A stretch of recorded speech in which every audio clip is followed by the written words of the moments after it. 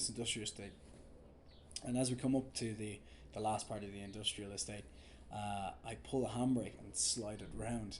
I kick the back out slightly, and like kind of fly it around, and now I'm kind of doing somewhat of what I call a drift, what others would call losing control.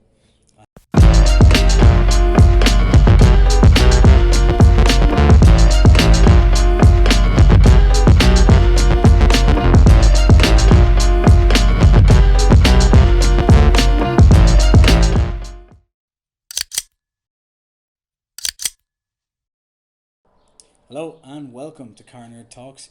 As you can see, I've come here to the middle of nowhere to escape coronavirus because basically I need to make these videos instead of the car videos I was intending to make 3 days a week, because the only person who seems to be able to configure cars at the minute is Doug DeMuro, and I'm not Doug DeMuro. Am I Doug DeMuro? No, I'm not Doug DeMuro. I'm Jason Hassett. Welcome to Car Nerd. This is Car Nerd Talks. I'm the Car Nerd, Jason Hassett. We've just gone around in circles there, but the main thing is please like and subscribe. Today I want to talk to you about my second favourite Ferrari of all times. Yes, second. I'll talk about my favourite Ferrari later in the week. But my second favourite Ferrari is the Ferrari 575 Maranello. And I got the pleasure of driving one of these when I was about 22, 23. I was a really rich guy.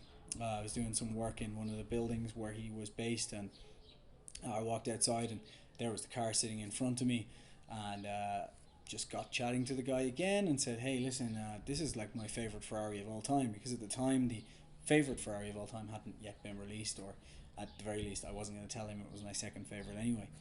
So we jumped in, and thankfully this one was a manual, wasn't the stupid paddle shifters that I really hated, especially in cars back then. I'm sure they're a lot better now, and I suppose they would be because you've got the double clutch and everything, but those ones were really, really terrible.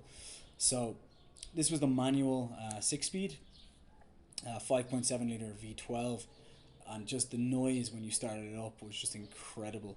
It was probably the favourite moment of my 20s to that point, until other things came along that were a little bit more exciting than cars. Sorry, nothing's more exciting than cars. Let's get back on track.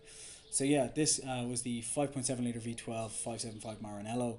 He had it in bright red, and it was absolutely stunning. Took some photos and videos, but unfortunately since then not backing up to Google Drive because it wasn't a thing back then, and losing access to my Dropbox. I no longer have these. I just have the memories up here. So why is the 575 Maranello my favourite, or second favourite should I say? I guess not because of performance, because it'll do 202 miles an hour, and that's incredible. But a lot of new performance cars do 202 or more, especially ones in the same price range now. Not to 60 times 4.2 seconds, plenty fast, but I mean a Tesla will go faster than that now. So it's not just to do with speed. Yeah, I don't know what it is. Maybe the 599 that replaced the 575 Maranello, it looked a little bit special needs.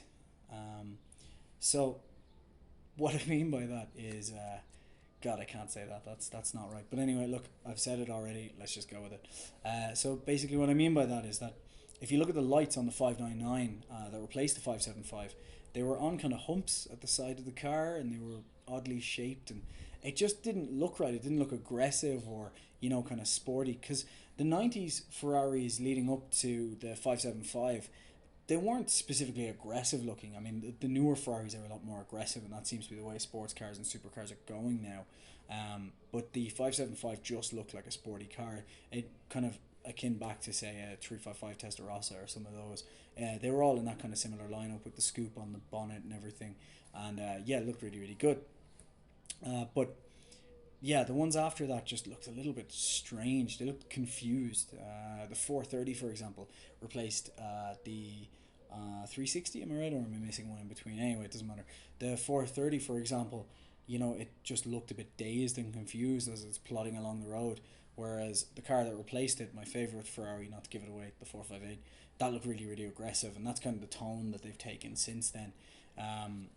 But yeah, the 575 Maranello just looked fantastic. It was classic Ferrari styling in bright red. And I remember in 2002, 2003, I had a poster of one of these. I had the toy. And yes, I was 15 years of age, but who cares? I was addicted to cars. So Anyway, I finally got to drive one of these things. Must have been 2013 at the time, I think. Um, and basically, I talked to the guy and said, "Look, can I take this car for a spin?" And he looked at me and said, "Do you have a driver's license?" And at the time, I said, "Sure." He says, "A full driver's license," because obviously we had the learner permit, but a lot of people drove on provisionals in Ireland anyway. And I said, "Sure." And he said, "Okay, fine." But luckily, we weren't taking it out of the estate that we were in. It was kind of an industrial estate where the offices and everything were. So we didn't move from there. We stayed in that place. And anyway, I take it a little bit non-confidently down the first straight around this kind of track that we had designated. And anyway, I'm flying down, and everything's fine. Turn the first corner, brake heavily, turn the first corner, squeal it, kind of kick the back out a little bit, and then I'm confident. I'm a very confident driver now, even though at the time I believe I was driving a 2000 Ford Fiesta with a 1.2 litre engine, so didn't have any reason to have this confidence. So I floor it, and there's this kind of long straight along this industrial estate, and as we come up to the last part of the industrial estate, I pull the handbrake and slide it round. I kick the back out slightly, and like kind of fly it around, and now I'm kind of doing somewhat of what I call a drift, what others would call losing control. So it comes round that corner, and next thing you know, we're going sideways very quickly towards a building, and I obviously at this point the handbrake is back down, and what I loved about the handbrakes in these cars were they were down on your left side, right side, because I was in a different one. Anyway, doesn't matter. So yeah, the handbrake's down here, you're driving up here, and gear sticks here. A bit awkward, but you know it was fun and interesting to pull it from here, right by the door panel. So anyway, it's slowly losing control and going towards a window, or a building, should I say. And just, I dropped 2 gears, and I don't know why I'm doing this, because I dropped 2 gears, and next thing you know, also I've moved country, sorry. I dropped 2 gears, and next thing you know, kind of the back wheel starts spinning, it kicks off, all the power is going to the rear wheel, a little bit of smoke, and it just shoots forward. And I kind of smirk as if I know what I'm doing, and we get, along another straight, and then we come back around to where the building was, and I park it up, and Tom says, "Hey, Jason, do me a favor." And I said, "Yeah." He said, "Give me the keys." I said, "Okay." He's like, "Jump out of the car there." I was like, "Okay." And then he goes, "Do me another favor." I said, "Yeah." He goes, "Never think about driving my car again." So yeah, that was my first and last time in a 575 Maranello. That was definitely one of my favorite experiences of driving ever. And I still think if I had the money, I'd probably have that car over an F40, which sounds insane, but it's just nostalgia. But then again, I'd also say that because an F40 is $1 million, and there's no way I'm ever going to have that money just to throw on a car. Let's be perfectly honest. So yeah, that's why I love the 575. And later in the week, I'll talk about my favorite car, which I've already given away. It's a 458. But tomorrow I'm going to be talking about a completely different car. It's actually a pickup truck.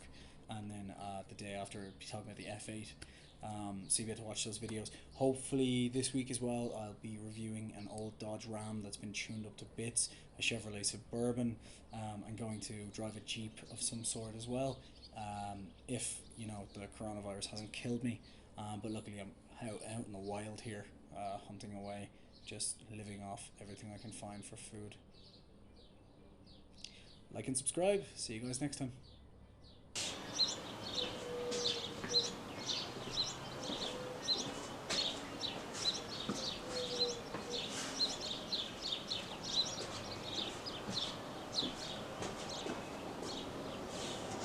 Have you liked and subscribed yet?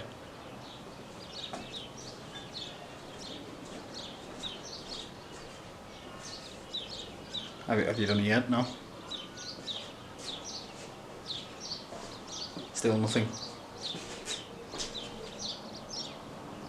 How about now?